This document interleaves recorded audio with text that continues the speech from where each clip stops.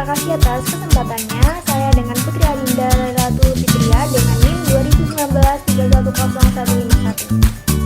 Sebelumnya, terima kasih atas kesempatannya. Perkenalkan, nama saya Sisma Sundari dengan NIM 2019 3101. Terima kasih atas kesempatannya. Perkenalkan, nama saya Martin Juga Juliantara dengan NIM 2019-110-396. Terima kasih atas kesempatannya.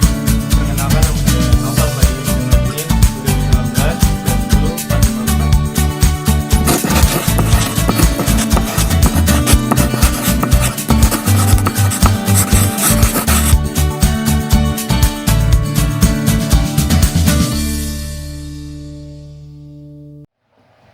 Baik, di sini saya akan menjelaskan tentang resiko audit. Resiko audit adalah resiko yang terjadi dalam hal auditor tanpa disadari tidak memodifikasikan pendapatnya sebagaimana mestinya atas suatu laporan keuangan yang mengandung salah saji material. Seorang auditor yang efektif mengakui bahwa adanya resiko dan menangani resiko tersebut dengan cara yang tepat. Sebagian besar resiko yang dihadapi auditor sulit diukur dan memerlukan pertimbangan yang cermat sebelum auditor dapat merespons dengan tepat. Karena penilaian risiko adalah masalah penilaian profesional, bukan pengukur yang tepat. Menanggapi risiko ini dengan benar sangat penting untuk mencapai audit berkualitas tinggi. Kemudian selanjutnya yaitu ada tipe-tipe resiko audit. Menurut Taylor dan Glazer, tipe resiko audit pada dasarnya ada dua. Yang pertama, ada resiko tipe 1, adanya resiko bahwa suatu saldo akun mengandung kesalahan yang jika digabungkan dengan kesalahan-kesalahan pada saldo akun yang lain dapat mengakibatkan laporan keuangan salah saji secara material. Resiko tipe 1 ini terdiri atas resiko bawaan dan juga resiko pengendalian. Kedua resiko ini tidak dapat dikendalikan oleh auditor tetapi dapat dinilai. Yang kedua yaitu ada resiko tipe 2. Adanya resiko bahwa auditor tidak dapat mendeteksi adanya kesalahan seperti dalam resiko tipe 1. Resiko ini merupakan resiko deteksi. Resiko ini dapat dan harus dikendalikan oleh auditor. Baik, yang berikutnya yaitu ada komponen resiko audit. Yang pertama ada resiko bawaan atau inherent risk. Resiko ini adalah kerentanan suatu asersi terhadap salah saji material dengan asumsi tidak ada kebijakan dan prosedur struktur pengendalian intern yang terkait. Resiko bawaan dibedakan atas resiko bawaan setiap akun dan juga resiko bawaan keseluruhan untuk banyak akun. Yang kedua ada resiko pengendalian atau control risk. Risiko ini adalah risiko bahwa suatu salah saji material yang dapat terjadi dalam suatu asersi tidak dapat dideteksi ataupun dicegah secara tepat pada waktunya oleh berbagai kebijakan dan prosedur pengendalian intern perusahaan. Yang ketiga ada risiko deteksi atau detection risk. Risiko deteksi ini merupakan risiko bahwa auditor tidak dapat mendeteksi salah saji material yang terdapat dalam suatu asersi. Dan yang terakhir ada resiko sampling atau sampling risk.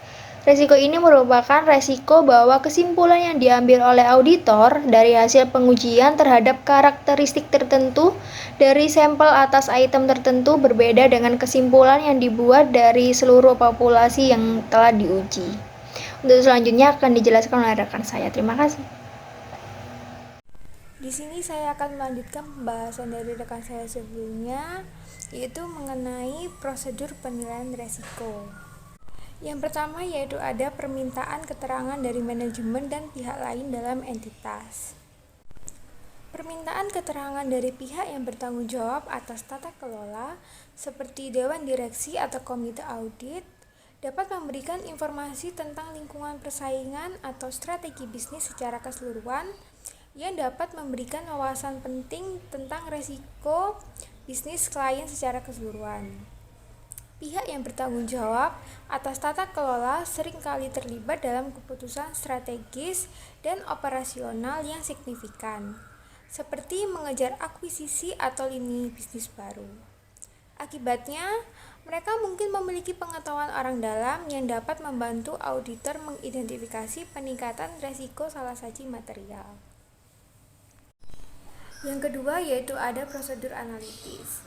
Auditor diharuskan untuk melakukan prosedur analisis awal sebagai bagian dari perencanaan audit dalam setiap audit untuk lebih memahami entitas dan untuk menilai risiko bisnis klien. Kinerja prosedur analitis dapat membantu auditor mengidentifikasi jumlah, rasio, atau tren yang tidak biasa yang mungkin mengidentifikasi transaksi atau peristiwa tidak biasa yang memiliki implikasi audit. Prosedur analitis yang dilakukan sebagian dari prosedur penilaian risiko auditor dapat mencakup informasi keuangan dan non-keuangan, dan seringkali menggunakan data yang dikumpulkan pada tingkat yang tinggi. Akibatnya, mereka mungkin hanya memberikan indikasi luas tentang apakah ada salah saji material. Auditor harus mempertimbangkan informasi yang diperoleh dengan melakukan prosedur penilaian risiko lainnya dalam kombinasi dengan hasil dari prosedur analitis pendahuluannya. Yang ketiga yaitu ada observasi dan inspeksi. Mengingat kembali bukti yang diperoleh melalui observasi umumnya melibatkan auditor melihat proses atau prosedur yang dilakukan oleh orang lain. Sebagai contoh, pengamatan atas operasi entitas seperti pembuatan dan pengiriman produk ke pelanggan dan tur ke fasilitas entitas dapat meningkatkan pemahaman auditor tentang entitas dan lingkungannya. Selain itu, pemeriksaan dokumen seperti rencana strategis organisasi, model bisnis, dan struktur organisasinya meningkatkan pemahaman auditor tentang bagaimana bisnis disusun dan bagaimana organisasi itu mengatur fungsi bisnis utama dan pemimpin dalam pengawasan operasi sehari-hari. Yang keempat yaitu ada diskusi di antara rekan perikatan dan anggota. Kunci lain dari tim perikatan memberikan kesempatan bagi anggota tim yang lebih berpengalaman, termasuk rekan perikatan, untuk berbagi wawasan mereka tentang entitas dan lingkungannya, termasuk pemahaman mereka tentang pengendalian internal dengan anggota lain dari perikatan.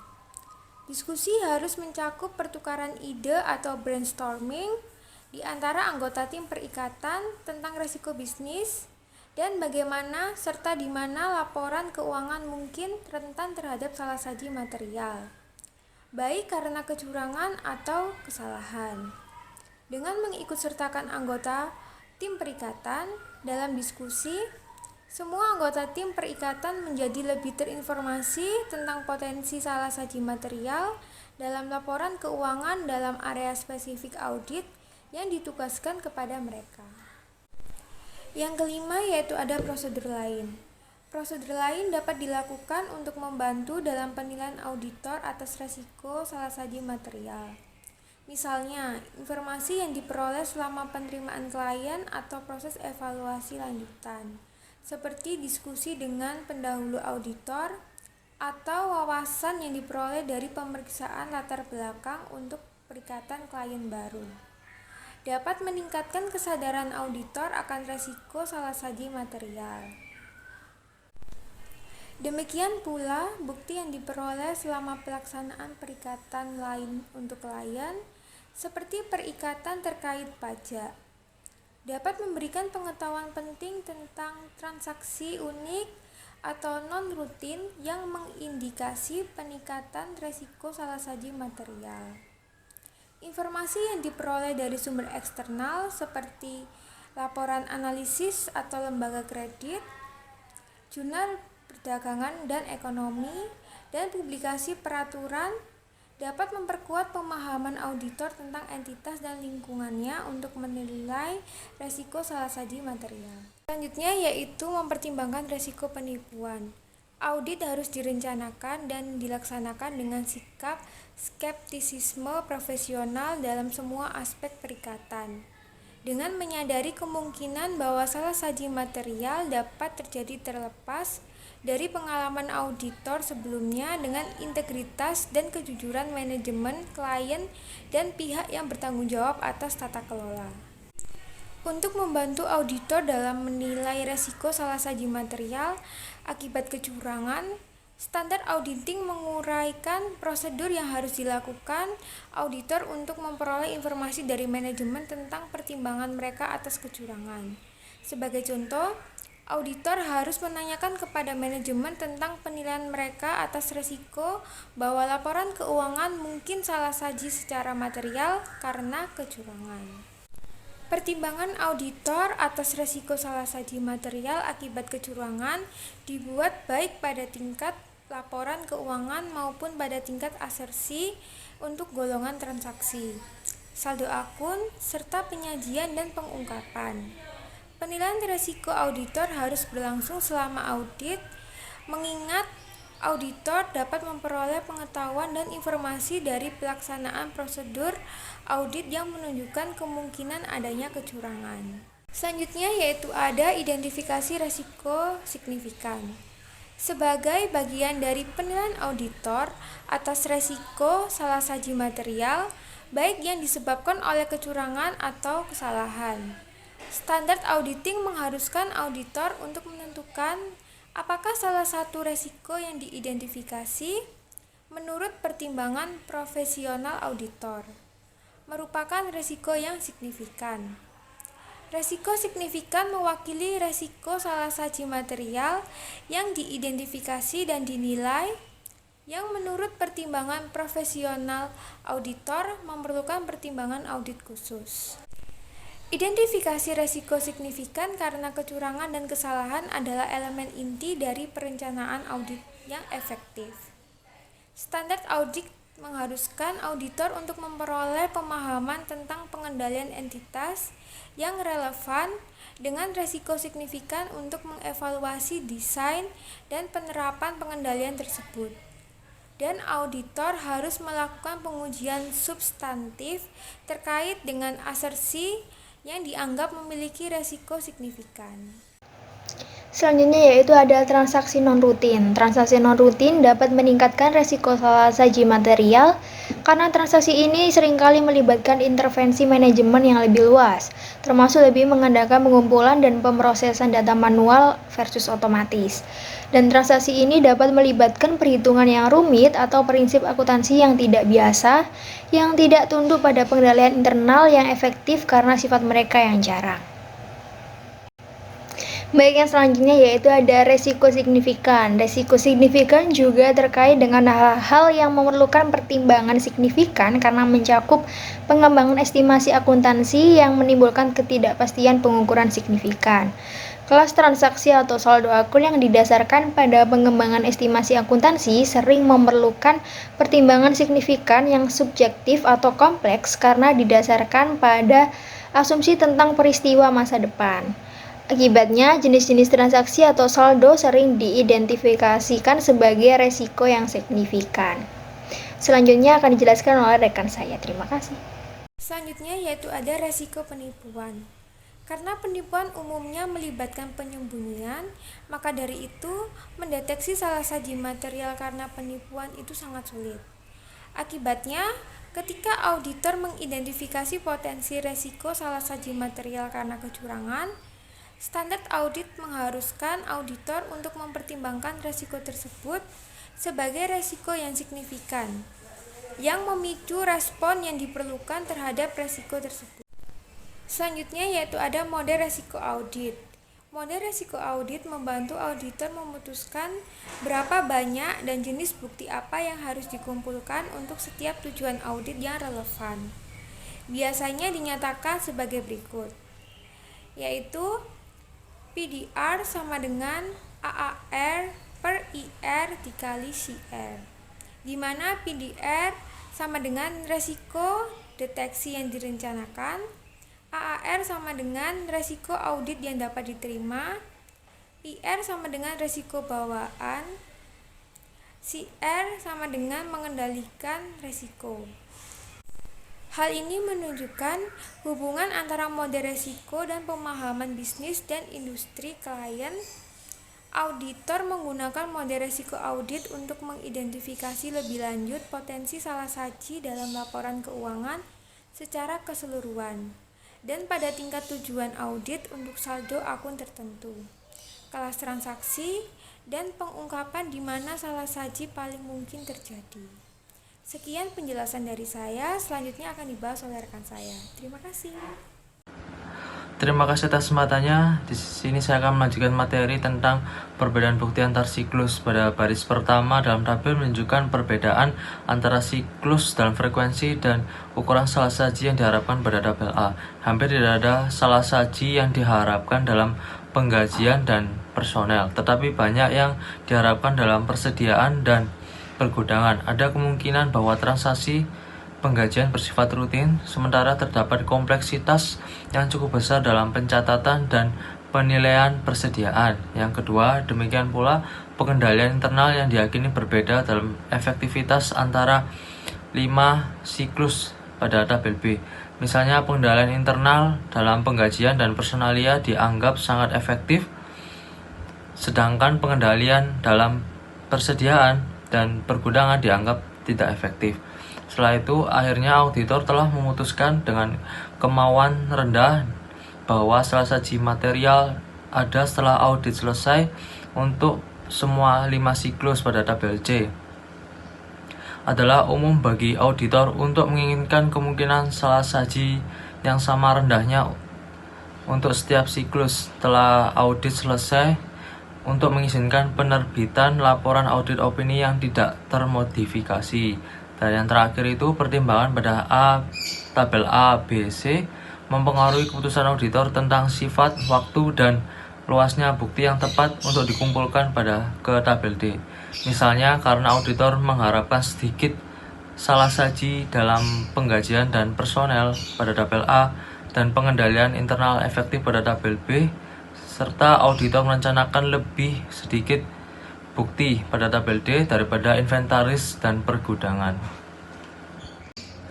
Materi selanjutnya yaitu perbedaan antara risiko dalam model risiko audit. Ada perbedaan penting dalam cara auditor menilai 4 faktor risiko dalam model risiko audit. Untuk risiko audit dapat diterima, auditor memutuskan risiko yang bersedia diambil oleh kantor akuntan publik bahwa laporan keuangan salah saji setelah audit diselesaikan berdasarkan faktor-faktor tertentu yang berhubungan dengan klien. Contoh klien di mana untuk penawaran umum perdana kami akan segera membahas faktor-faktor yang mempengaruhi risiko audit yang dapat diterima. Risiko bawaan dan risiko pengendalian didasarkan pada ekspektasi atau prediksi auditor terhadap kondisi klien. Contoh risiko bawaan yang tinggi adalah persediaan yang tidak terjual selama 2 tahun. Contoh risiko pengendalian yang rendah adalah pemisahan tugas yang memadai antara penyimpanan aset dan akuntansi. Auditor tidak dapat mengubah kondisi klien ini, tetapi hanya dapat membuat penilaian kemungkinan. Terima kasih atas kesempatannya. Di sini saya akan melanjutkan materi tentang faktor yang mengaruhi risiko audit yang dapat diterima. Ketika auditor memodifikasi bukti audit yang risiko perikatan, hal itu dilakukan dengan pengendalian risiko audit yang dapat diterima. Kami percaya bahwa risiko audit yang dapat diterima cukup rendah selalu diinginkan, tetapi dalam beberapa risiko yang lebih rendah diperlukan karena faktor risiko perikatan. Yang pertama ada sejauh mana pengguna eksternal, yaitu mengandalkan pernyataan ketika eksternal pengguna sangat bergantung pada laporan keuangan adalah tepat untuk mengurangi risiko audit yang dapat diterima. Ketika laporan sangat diandalkan, kerugian sosial yang besar dapat terjadi jika salah saji signifikan tetap tidak terdeteksi dalam laporan keuangan. Auditor dapat lebih mudah membenarkan biaya bukti tambahan ketika kerugian bagi pengguna dari salah saji material cukup besar. Yang kedua, ada kemungkinan klien akan mengalami kesulitan keuangan setelah audit. Laporan dikeluarkan jika klien dipaksa untuk mengajukan kebangkrutan atau menderita kerugian yang signifikan setelah menyelesaikan audit. Auditor menghadapi peluang lebih besar untuk diminta mempertahankan kualitas audit daripada jika klien tidak berada di bawah tekanan keuangan. Kecenderungan alami bagi mereka yang kehilangan uang dalam kebangkrutan atau karena pembalikan harga saham adalah mengajukan gugatan terhadap auditor. Hal ini dapat dihasilkan baik dari keyakinan jujur bahwa auditor gagal melakukan audit yang memadai dan dari keinginan pengguna untuk memulihkan sebagian dari kerugian mereka terlepas dari kecukupan pekerjaan audit. Yang terakhir ada evaluasi auditor atas integritas manajemen. Sebagai bagian dari investigasi klien baru dan evaluasi klien berkelanjutan. Jika klien memiliki integritas yang meragukan, auditor kemungkinan akan menilai risiko audit yang dapat diterima yang lebih rendah.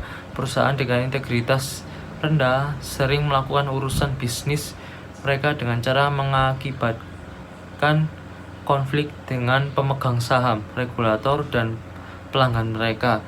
Pada gilirannya, konflik ini sering mencerminkan kualitas audit yang dirasakan pengguna dan dapat mengakibatkan tuntutan hukum dan ketidakpastian yang lainnya.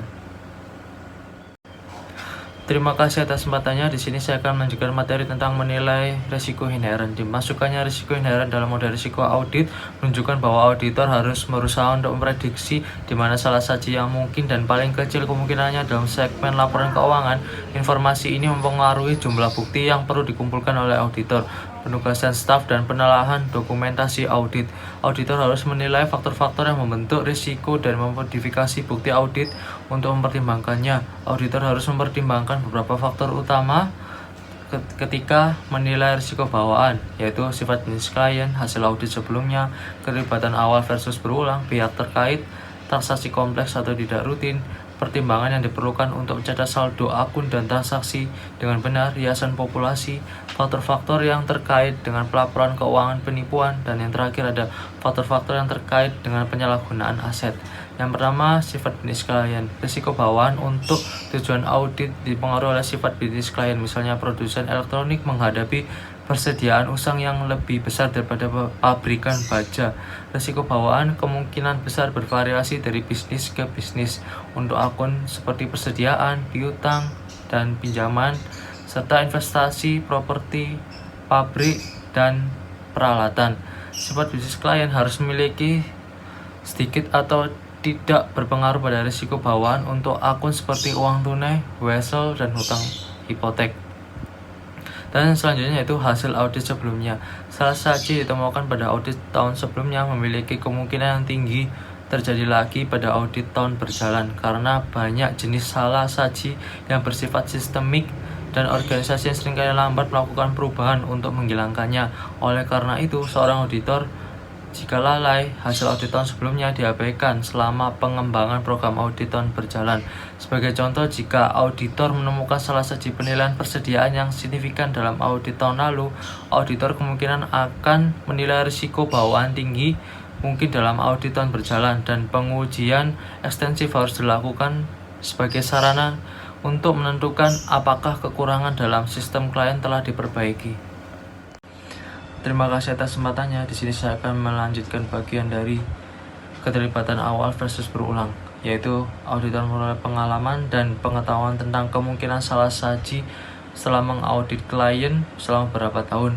Kurangnya hasil audit tahun sebelumnya menyebabkan sebagian besar auditor menilai risiko bawaan lebih tinggi untuk audit awal daripada penugasan berulang yang sebelumnya tidak ditemukan salah saji material.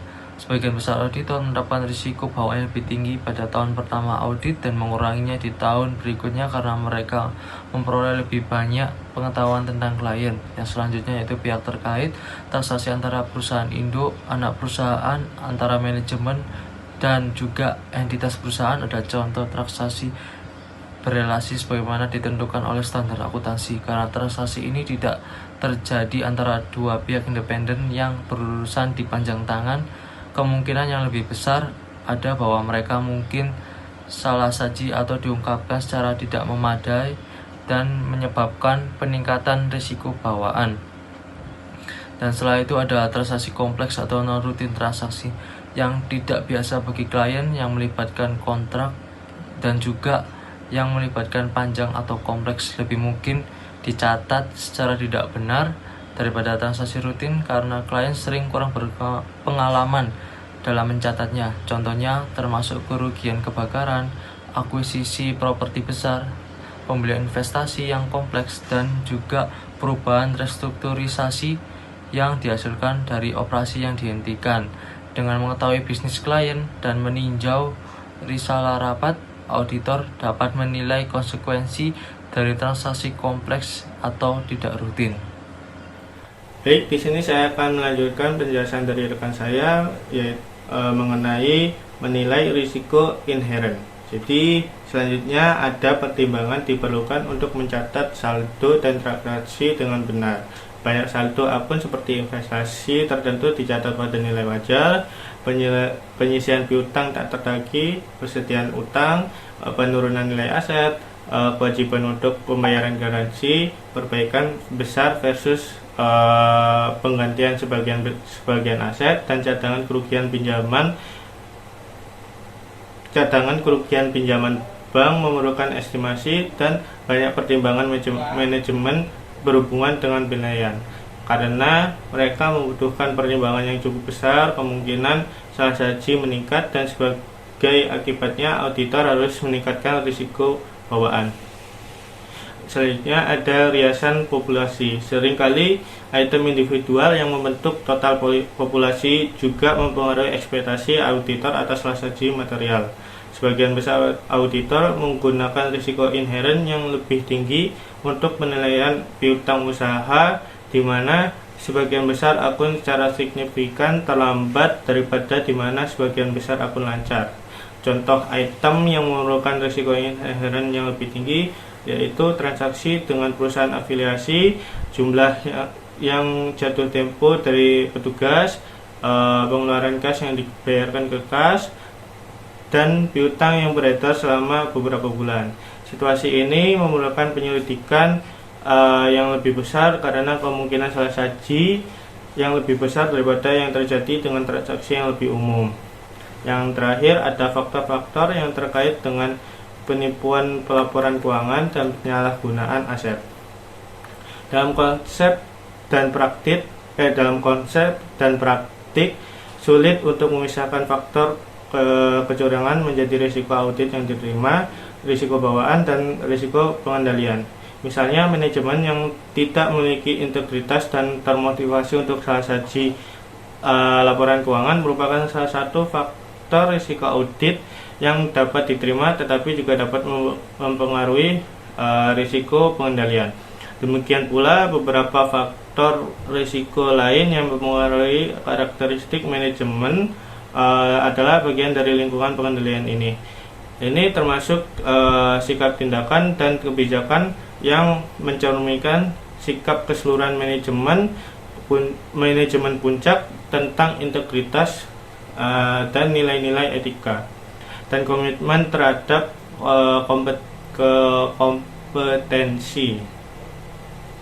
Risiko kecurangan harus dinilai untuk keseluruhan audit serta berdasarkan siklus, akun, dan tujuan. Misalnya insentif yang kuat bagi manajemen untuk memenuhi ekspektasi pendapatan yang terlalu agresif dapat mempengaruhi keseluruhan audit. Sedangkan kerentanan inventaris terhadap pencurian dapat mempengaruhi hanya dapat mempengaruhi akun inventaris. Auditor harus mengevaluasi informasi yang mempengaruhi risiko bawaan untuk menilai risiko salah saji material pada tingkat tujuan audit untuk siklus, saldo, dan pengungkapan.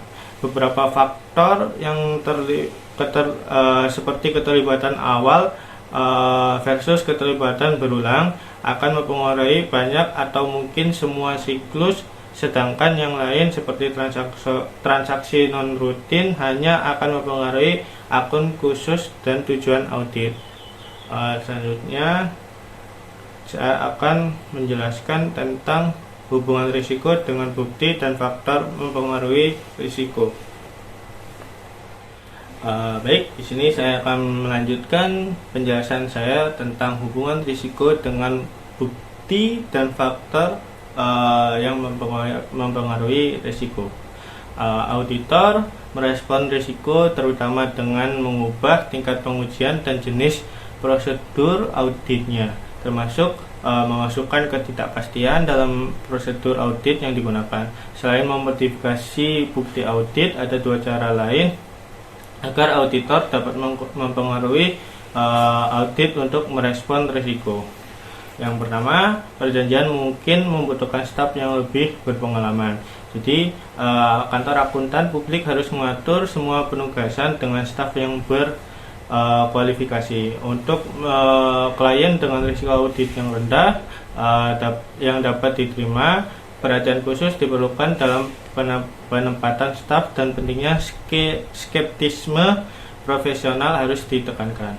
Demikian pula jika area audit seperti inventaris memiliki risiko bawaan yang tinggi, penting untuk menetapkan area tersebut kepada seseorang yang berpengalaman dalam mengaudit inventaris. Yang kedua, ada perjanjian akan ditinjau lebih hati-hati dari biasanya. Kantor akuntan publik perlu memastikan penelaahan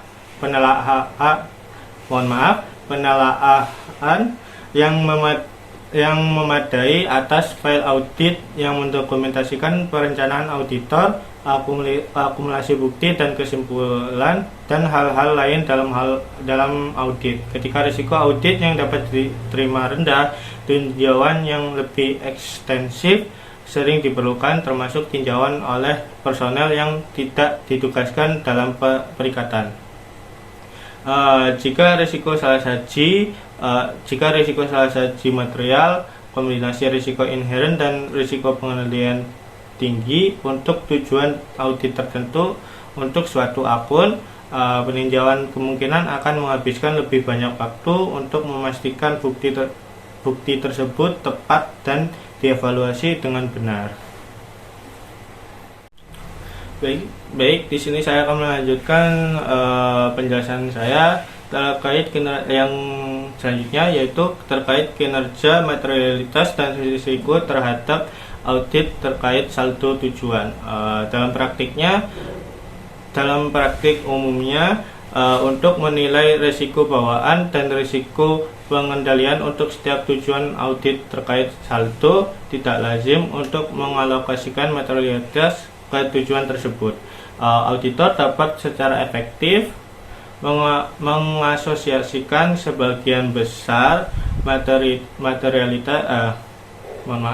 mengasosiasikan sebagian besar risiko dengan tujuan yang berbeda dan cukup mudah untuk menentukan hubungan antara risiko dan satu atau dua tujuan. Sebagai contoh, keusangan dalam persediaan tidak mungkin mempengaruhi tujuan apapun selain nilai yang dapat direalisasi. Lebih sulit untuk memutuskan beberapa banyak materialitas yang dialokasikan untuk akun tertentu yang pada gilirannya harus dialokasikan untuk satu atau dua tujuan. Oleh karena itu, kebanyakan auditor tidak berusaha melakukannya. Lalu ada pengukuran keterbatasan. Salah satu keterbatasan utama dalam penerapan model risiko audit adalah sulitnya mengukur komponen model. Terlepas dari upaya terbaik auditor dalam perencanaan, penilaian risiko audit yang dapat diterima, risiko bawaan dan risiko pengendalian, dan oleh karena itu risiko deteksi yang direncanakan sangat subjektif dan hanya perkiraan realitas. Bayangkan misalnya mencoba untuk secara tepat menilai risiko bawaan dengan menentukan dampak dari faktor-faktor seperti salah saji yang ditemukan dalam audit tahun-tahun sebelumnya dan perubahan teknologi dalam industri klien.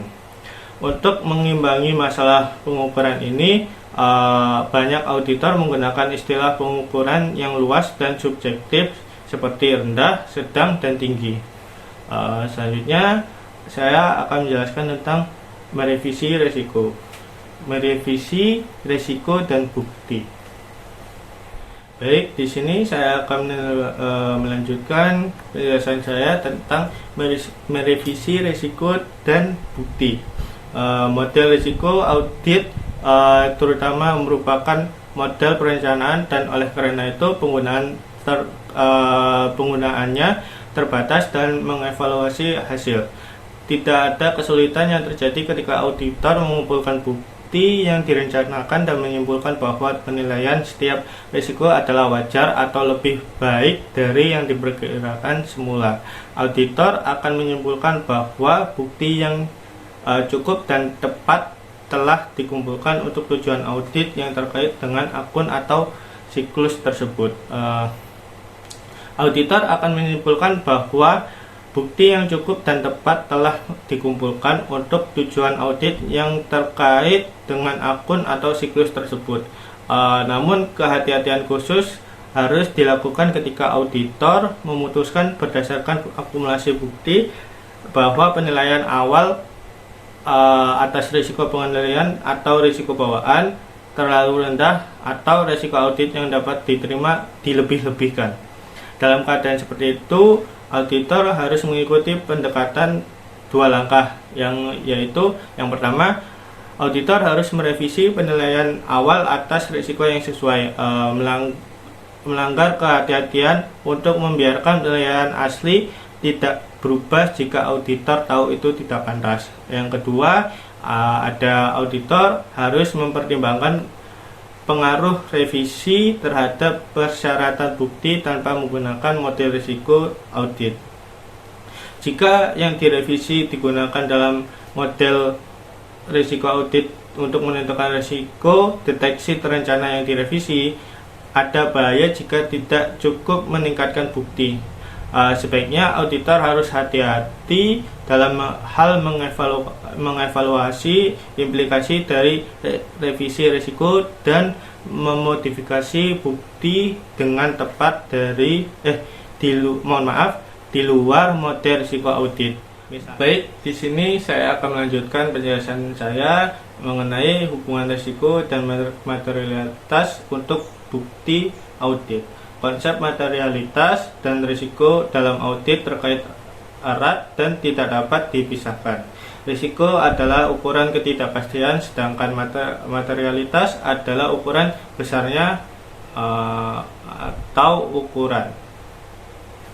Secara keseluruhan, mereka mengukur ketidakpastian jumlah besaran yang diberikan. Misalnya, pernyataan bahwa auditor berencana untuk mengumpulkan bukti sedemikian rupa sehingga hanya ada risiko 5%. Risiko audit yang dapat diterima karena gagal mengungkap salah saji yang melebihi materialitas kinerja sebesar $265.000 adalah pernyataan yang tepat dan bermakna. Jika pernyataan tersebut menghilangkan bagian risiko atau materialitas, itu tidak ada artinya. Risiko 5% tanpa ukuran materialitas tertentu dapat menyiratkan bahwa salah saji $100 atau $1 juta dapat diterima. Pernyataan berlebihan senilai $265.000 tanpa risiko spesifik dapat menyiratkan bahwa risiko 1% atau 80% dapat diterima. Sekian presentasi dari kelompok kami. Mohon maaf apabila ada salah kata dan perbuatan. Wassalamualaikum warahmatullahi wabarakatuh. Terima kasih.